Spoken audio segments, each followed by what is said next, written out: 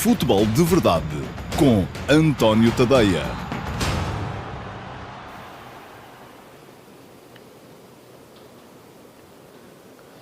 Olá, muito bom dia a todos. Eu sou o António Tadeia. Este é o Futebol de Verdade de sexta-feira, 13 de dezembro de 2019 e eu prometo que não faço mais piadas com sexta-feira 13. Já tínhamos começado há bocado.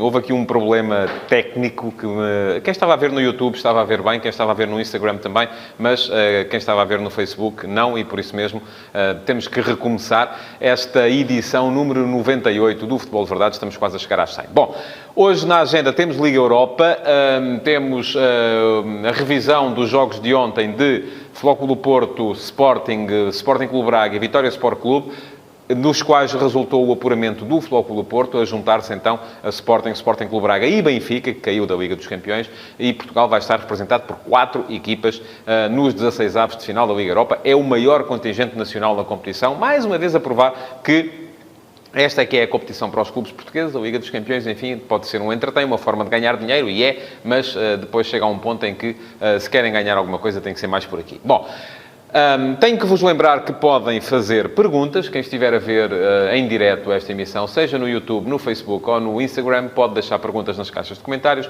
que depois a equipa que me apoia na realização deste Futebol de Verdade vai escolher uma das perguntas que lá estiver para que eu possa responder no final. Não tem que ser sobre os jogos de ontem da Liga Europa, pode ser sobre qualquer assunto, desde que seja futebol, como é evidente, e cá estarei no final para dar o meu melhor para vos responder. Bom, e agora, então vamos entrar na agenda do dia. A começar pelos jogos das 6 da tarde, das 5 para as 6, assim é que é. Começaram por jogar, então, o Sporting e o Vitória Sport Clube, e ambos apresentaram equipas muito alternativas. Tanto o Jorge Silas como o Ivo Vieira mudaram 9 jogadores relativamente aos 11 que tinham jogado na última jornada da Liga Portuguesa. E no caso do Sporting, a coisa até foi mais grave, ou agravou-se mais, porque os dois que sobraram da vitória frente ao Moreirense foram 2 jogadores que nem costumam ser titulares. Que tinham jogado naquele jogo de forma quase episódica. Borja, o lateral esquerdo, e Rezé, que apareceu como ponta de lança, mas eles não costumam ser. Borja costuma geralmente dar o lugar em jogos mais a sério à Cunha, e Rezé também costuma estar no banco. Quem costuma jogar ali naquela posição é Luís Filipe. Portanto, o Sporting apareceu com um 11 totalmente alternativo e o resultado foi mau. Só podia ser, enfim, não tinha que ser necessariamente. Até poderia dar-se o caso, como eu disse aqui ontem, de os suplentes aproveitarem a oportunidade, soltarem-se pelo facto desta ser uma partida sem grandes responsabilidades e serem capazes de dar uma boa imagem do clube, da equipa, e assegurar aquilo que era importante ainda assim, que era o primeiro lugar do grupo.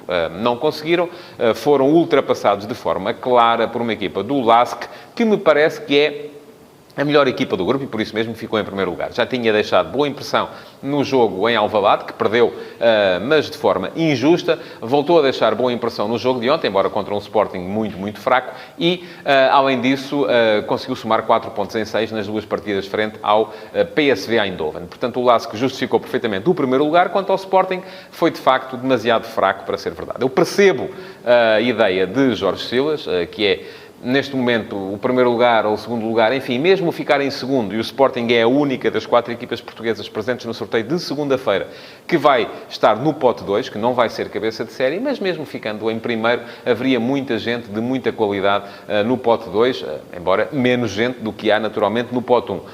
Mas a diferença não é assim uma coisa estapafúrdia. Agora, aquilo que interessa ao Sporting neste momento é conseguir manter a cadência no Campeonato Nacional, e com jogos de 3 em 3 dias, de facto, há ali jogadores que não aguentam todos os jogos e não podem estar a jogar sempre. Daí que não tenha jogado Bruno Fernandes, aliás, Bruno Fernandes até estava castigado, mas daí que não tenha jogado o Mathieu, daí que não tenha jogado o Wendel, daí que não tenha jogado a Cunha, e já se sabe que sem estes jogadores, sem Vieto também, o Sporting rende muito menos. Porque aquilo que se diz acerca do plantel do Sporting não é sequer que não tem 4 ou 5 jogadores de classe. Tem. O problema são os outros. E quando esses 4 ou 5 jogadores de classe saem, a equipa torna-se banal, tão banal como se viu ontem no jogo contra a equipa do LASK. Uma questãozinha, apenas para falar de um lance de arbitragem, que tem a ver com a expulsão de Renan, no lance que origina o penalti e o segundo golo da equipa austríaca. Falou-se muito, inclusive aos jogadores do Sporting, esboçaram algum protesto, de dupla penalização.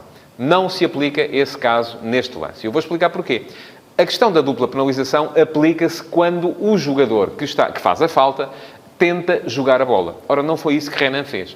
Renan começa por fazer uma mancha, uma chamada defesa à guarda-redes de handball, mas depois estica a perna quando a bola já estava bem lá atrás, com o intuito único e exclusivo de derrubar o jogador que ia a passar por ele. Portanto, neste caso, aplica-se claramente, não se aplica a situação em que o jogador tenta jogar a bola e que, por isso, não pode ser duplamente penalizado. Isto é, não podia sofrer penalti e expulsão, teria de ser cartão amarelo. Como ele não tenta jogar a bola, é cartão vermelho. É como se um jogador... Podemos achar todos que isto é um bocado idiota, mas é como se um jogador... E já aconteceu isto até, inclusive, num jogo da Seleção Nacional, creio que com Bruno Alves. Imaginem que um defesa tenta jogar a bola, faz um carrinho que é perigoso para o adversário, falha a bola, acerta no adversário, até o magoa. É cartão amarelo e penalti. Agora, imaginem que esse mesmo jogador, em vez de tentar jogar a bola, se limita a agarrar o adversário dentro da área quando este ia em situação promissora para fazer golo. É cartão vermelho e penalti. Portanto, podemos até todos achar que é um bocado idiota, mas é isso que está na lei e, portanto, foi bem expulso. Renan foi um dos que não aproveitou a oportunidade que lhe foi dada, fazendo-se expulsar desta forma, da mesma forma que não aproveitou o Rosier, culpado em alguns lances de golo do LASK, da mesma forma que não aproveitou o Rodrigo, da mesma forma que não aproveita, este continua sem aproveitar Rezé, da mesma forma, enfim, há ali muita gente que parece fora dela, que parece não estar sequer conectada com aquilo que a equipa quer fazer. Ao mesmo tempo, o Vitória jogava fora com o Eintracht. É um Eintracht em crise, é verdade, mas é uma equipa melhor que o LASK. É preciso também ter um bocadinho isso em conta. O Eintracht, já o disse aqui ontem, desde que ganhou por 5-1 ao Bayern, motivando a demissão de Niko Kovacs, nunca mais foi a mesma equipa, não tem rendido, mas continua a ser uma equipa poderosa, uma equipa forte, e vamos ver o futuro da equipa do Eintracht nesta Liga Europa, com certeza vai ser bom. Agora, o Vitória de Ivo Vieira mudou também 9 jogadores relativamente àquilo que foi a última jornada da Liga, a vitória em casa sobre o Portimonense.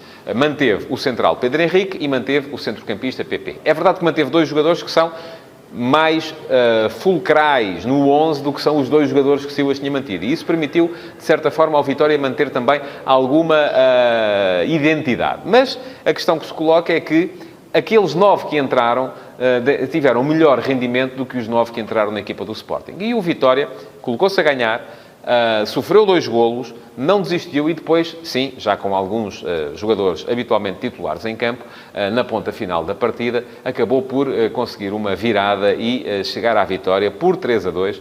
Primeira vitória do Vitória nesta fase de grupos da Liga Europa e que merecida ela foi por tudo aquilo que o Vitória Sport Clube foi fazendo ao longo desta competição. Despede-se à mesma no 4º lugar, não podia já chegar ao 3º, mas acaba por deixar boa imagem e ainda assim somou pontos para o ranking de Portugal. Ajudou também a que neste momento já se possa garantir, neste momento já é matematicamente garantido, que Portugal vai em 2021, 2022, meter 2 equipas seguras na Liga dos Campeões, eventualmente uma terceira por intermédio através da pré-eliminatória. Isto porquê? Porque os russos foram todos eliminados. Não há mais equipas russas em prova. A única que tinha hipótese ainda de se qualificar era o Krasnodar. O Krasnodar perdeu ontem com o Retafe e por isso ficou também fora. E, portanto, não tendo equipas, a Rússia não pontua mais. Portugal está a uma distância já inalcançável por parte da Rússia ou da nação que vem a seguir, que é a Bélgica, mas essa está muito mais longe e essa não consegue num ano lá chegar. Passamos então para os jogos das 8 da noite. E às 8 da noite jogavam o Sporting Clube Braga e o Futebol Clube do Porto. Eram 2 jogos muito diferentes. Em Bratislava, o Sporting Clube Braga jogava pelo primeiro lugar. Precisava de ganhar, presumindo, como vai acontecer, que o Wolverhampton ia ganhar ao Besiktas no jogo em Inglaterra. Aconteceu isso mesmo. Destaque para Diogo Jota, 3 golos na vitória do Wolverhampton sobre o Besiktas. Mas o Sporting Clube Braga não deixou de ganhar também. Ricardo Sapinto fez menos alterações do que Ivo Vieira e Jorge Silas, manteve 5 homens do 11 que até tinha feito má figura na partida contra o Desportivo das Aves, no último fim de semana, ou melhor, na sexta-feira, porque o jogo foi na sexta-feira, faz hoje uma semana, e esses 5 homens, 3 deles estavam na defesa. Os centrais, Bruno Viana e Pablo, o lateral direito, Jogaio, e depois 2 médios, o Fran Sérgio e o Ricardo Horta, que é, assim como assim, um jogador fundamental da equipa. Mas a questão é que Os outros estiveram muito bem. E, por exemplo, os dois homens que entraram para o ataque, Rui Fonte e Pedro Trincão, cada um com um golo, deram muito boa imagem, deram muito boa conta de si. Da mesma forma que João Novaes, fundamental no lance do terceiro golo bracarense, deu também muito boa conta de si próprio. E esta é uma equipa do Braga que, já o tinha dito aqui algumas vezes, dá mostras de ter um plantel muito homogéneo. E isso acaba por ser muito importante também para a forma como Sá Pinto pode, ele sim, fazer este tipo de rotação. Há quem não possa, Sá Pinto pode. Não terá os tais 4 ou 5 jogadores de classe superior que tem o Sporting, por exemplo, mas depois tem 16, 17, 18 homens com os quais pode ir jogando, entra um, sai outro, enfim, e não se nota grande diferença. A vitória final por 4-2 foi justa, de uma equipa do Sporting Clube Braga, que assim garantiu também o primeiro lugar do grupo. E em primeiro ficou também o Flóculo Porto, que enfrentava, como já tinha dito aqui ontem, o jogo que era mais importante entre as 4 equipas portuguesas que ontem iam ao jogo. O Porto não tinha a qualificação certa, precisava de ganhar o jogo para assegurar a passagem aos 16avos de final e ganhou. Ganhou, inclusive, chamando de volta ao 11, e eu ontem já antevi um bocado isso, chamando de volta ao 11 os dois proscritos, Luís Dias e Uribe. Dias, inclusive, fez o primeiro golo, mas o Porto chegou à vantagem de uma forma muito facilitada. É preciso que se diga também. O primeiro golo é um frango de todo o mundo do guardião do Feyenoord, num remate de Dias. Segundo golo, um autogolo sem ninguém por perto. Isto para provar àqueles que muitas vezes andam para aí a dizer acerca dos adversários toda a gente vos facilita a vida. Bom, também acontece do lado de quem se queixa. E, portanto, era muito bom que as pessoas começassem a ver o futebol como ele é. Às vezes há dias maus. Às vezes há intervenções que correm mal. Uma pessoa não tem que estar comprada, subornada, ter vontade de facilitar, ser mau profissional, ser desonesto para que as coisas corram mal. Não me passa pela cabeça que os jogadores do Feyenoord, que também sonhava ainda com a qualificação, tivessem facilitado a tarefa ao Flóculo Porto num jogo desta importância. Isso não acontece. Bom, e a questão é que o Porto a seguir também acabou por borrar um bocado a pintura, sofreu também 2 golos de rajada e correu sérios riscos de ir para o intervalo com o empate. Não aconteceu porque num ataque rápido Soares acaba por fazer o 3-2 para o Porto e foi o resultado que se manteve depois até final, garantindo ao Flóculo Porto não só a qualificação como o primeiro lugar do grupo. Porquê? Porque no outro jogo o Glasgow Rangers, que esteve em vantagem durante muito tempo, acabou por ceder o empate ao Young Boys já perto do final. Portanto, Porto em primeiro, vitória justa, mas demasiado sofrida, e não foi ainda assim um grande Porto. Foi um Porto melhor do ponto de vista ofensivo, mas pior do ponto de vista do controle da partida. Não me parece que a coisa esteja ainda nos eixos. A equipa melhorou ofensivamente com as entradas de Uribe e do Luís Dias e com a passagem de Corona mais para trás, mas isso não quer dizer que tenha melhorado no seu todo, porque em termos de controle de jogo, de controle de posse, de controle do adversário, nada disso resultou bem para a equipa de Sérgio Conceição. E vou fazer então a tal menção ao tal lance de arbitragem, que é uma pequena provocação também. Lembram-se do golo de Servi contra o Boa Vista, no jogo do Estádio do Bessa? E lembram-se daquilo que eu disse aqui, espero eu, que se tenham lembrado, porque é o mesmo que eu vou dizer do golo de Soares ontem. São 2 golos em que eu, nem vendo as imagens, consigo dizer que há falta ou que não há falta. É possível que haja, se o árbitro marcar, aceita-se. É possível que não haja, se o árbitro não marcar, aceita-se. Lembra-se de eu ter falado aqui de zona cinzenta? É isso mesmo. Agora, lembrem-se do que disseram, se forem portistas, acerca do golo de Servi no Bessa e do que disseram ontem acerca do golo de Soares contra o Feyenoord. E lembrem-se de outra coisa também. Agora, se forem benfiquistas, lembram-se do que disseram do golo de Servi no Bessa, que era absolutamente regular e que tudo isto era só mesmo para criar um buzz porque o Benfica não pode ganhar e agora lembrem-se, ou pensem, lembrem-se daquilo que pensaram, se não disseram, mas já houve muita gente a dizer, que eu já vi também, acerca do golo de Soares ontem, que é absolutamente irregular. Portanto, metam uma coisa na cabeça. Este tipo de argumentação faz mal ao futebol. E o problema não é só fazer mal ao futebol. Vocês são livres de fazer mal a quem quiserem. O problema é que não é sequer inteligente, coerente, nem digno. E é esse que é o problema. Portanto, devíamos todos pôr um bocadinho a mão na consciência e aquilo que tanta gente disse no comentário ao Futebol de Verdade da última segunda-feira sobre a minha menção à tal zona cinzenta. Afinal, parece que ela existe, não é? E aquilo que tanta gente achava que existia, agora já acha que não existe. Bom, enfim, Ela existe, está lá, e é bom que se habituem a ela, porque não há lances absolutamente unânimes, não há lances, enfim, haverá, mas também há lances em que há dúvidas. E esses lances têm que ser decididos no momento. Podem ser decididos através do VAR. Ontem não havia VAR porque era a Liga Europa, mas têm de ser decididos de forma o melhor possível, porque não há hipótese nenhuma de agradar a toda a gente, porque vocês pensam todas coisas absolutamente diferentes, de acordo com os interesses dos clubes de que gostam. Bom, vamos então à pergunta do dia. E vou responder ao João Filipe Silva. Olá, João, muito bom dia. Pergunta-me se eu considero que o Bruno Lage, ao assumir a vontade de conquistar a Liga Europa, está, de certa forma, a tentar usar o fator de fé, como Fernando Santos havia feito no Europeu de 2016, que levou Portugal à conquista do troféu. Eu não acho que Portugal tenha ganho o Europeu de 2016 por causa da fé. Ganhou porque foi mais competente na forma de abordar os jogos e na forma de ser coerente com aquilo que tinha em campo. Portugal não era uma equipa espampanante, não era uma equipa esfuziante, era uma equipa segura, uma equipa difícil de derrotar, e não foi depois por causa da fé que foi empatando jogos uns atrás dos outros até chegar à final, onde também empatou, mas acabou por ganhar no prolongamento. Agora, as questões da fé não devem ser descuradas, de facto, sobretudo a fé dos jogadores e a fé dos adeptos. É muito importante para um treinador que os jogadores acreditem, que acreditem no processo, que acreditem naquilo que estão a fazer, que acreditem que são capazes de conseguir bons resultados com o trabalho que estão a fazer, para continuarem a pôr todo o seu entusiasmo e todo o seu empenho no trabalho que estão a fazer.